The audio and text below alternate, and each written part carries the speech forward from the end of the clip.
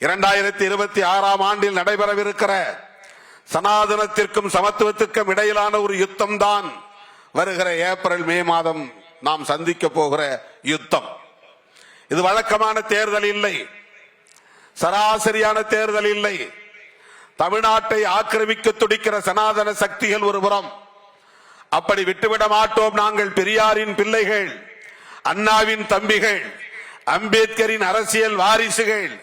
தமிழ் மண்ணை எப்படி சனாதன சக்திகள் ஆக்கிரமிப்பதற்கு ஒருபோதும் விடமாட்டோம் என்கிற உறுதிப்பாட்டோடு தான் அண்ணன் தளபதி அவர்களின் தலைமையில் நாம் அணிதிரண்டு நிற்கிறோம். வெளிப்படையாக சனாதன சக்திகள் ஒருபுறம் நிற்கிறார்கள் என்றால் அவர்களுக்கு துணையாக பல்வேறு முகமூடிகளை அணிந்து கொண்டு திராவிடத்தை பேசக்கூடியவர்களாகவும் தமிழ் தேசியத்தை பேசக்கூடியவர்களாகவும் இன்றைக்கு முகமூடிகளை அணிந்து கொண்டு நமக்கு எதிரான திரிபுவாத அரசியலை பேசிக் கொண்டிருக்கிறார்கள்.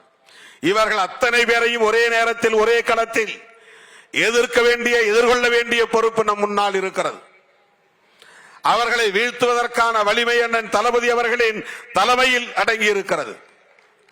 அதை நாம் உணர்ந்த நிலையில்தான் அண்ணன் வைகோ அவர்களாக இருந்தாலும் சரி, மேடையில் அமர்ந்திருக்கிற அத்தனை தலைவர்களும் சரி, நாம் கைகோர்த்து நிற்கிறோம்.